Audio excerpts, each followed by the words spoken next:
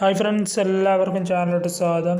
ഇന്ന് നമ്മളിവിടെ നോക്കാൻ പോകുന്നത് നമ്മുടെ വാട്സപ്പിലെ സ്റ്റാറ്റസ് ഇപ്പോൾ നമ്മളിങ്ങനെ ഓപ്പൺ ചെയ്താൽ ഇതുപോലെ നീക്കി കാണേണ്ട രൂപത്തിലാണ് ഇപ്പോൾ നമ്മുടെ വാട്സപ്പ് സ്റ്റാറ്റസ് ഉള്ളത്.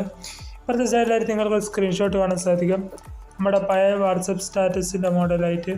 അതുപോലെ നമ്മുടെ പഴയ വാട്സപ്പ് സ്റ്റാറ്റസ് ഉള്ളതുപോലെ നമുക്കങ്ങനെ വാട്സപ്പ് സ്റ്റാറ്റസ് ആക്കാമെന്നാണ്.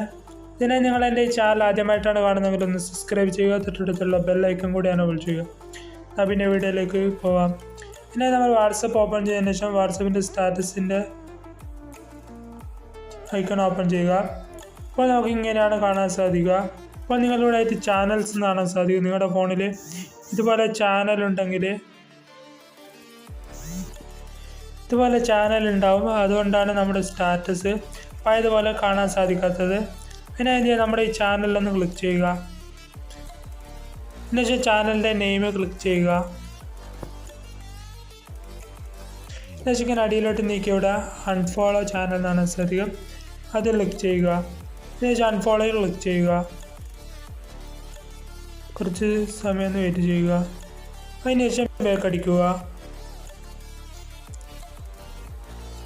ഇപ്പോൾ നിങ്ങൾക്കിവിടെ കാണാൻ സാധിക്കുന്ന എൻ്റെ സ്റ്റാറ്റസ് പഴയതുപോലെ ആയിട്ടുണ്ട്. ഇതുപോലെ നിങ്ങൾക്കും നിങ്ങളുടെ വാട്സപ്പ് സ്റ്റാറ്റസ് പഴയ രീതിയിൽ ആക്കാവുന്നതാണ്. നിങ്ങളുടെ ഫോണിൽ എത്ര ചാനൽസ് ഉണ്ടോ അത് ഫുള്ളും നിങ്ങൾ അൺഫോളോ ആക്കിയാൽ മാത്രമേ ഇതുപോലെ ആവുള്ളൂ.